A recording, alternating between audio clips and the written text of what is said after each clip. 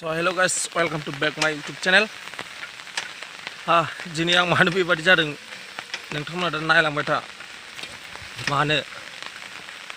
so दिनैनि blog भिडिअखौ आं जास्ट माखासे मानसिफोरखौ दिन्थिनो थाखाय बानायदों दा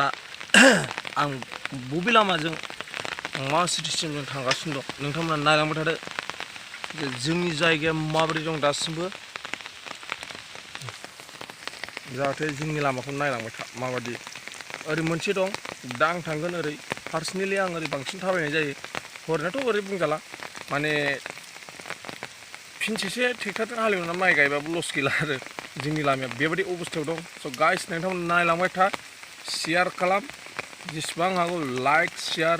साबस्क्राइब खालामनानै हो स' नायलांबाय थादो नोंथांमोना जोंनि थाबायलांग्राया दा जों बिनिफ्राय बै मेन रडसिम मोनहैनो थाखाय बिसिबां खस्थ' नांगौ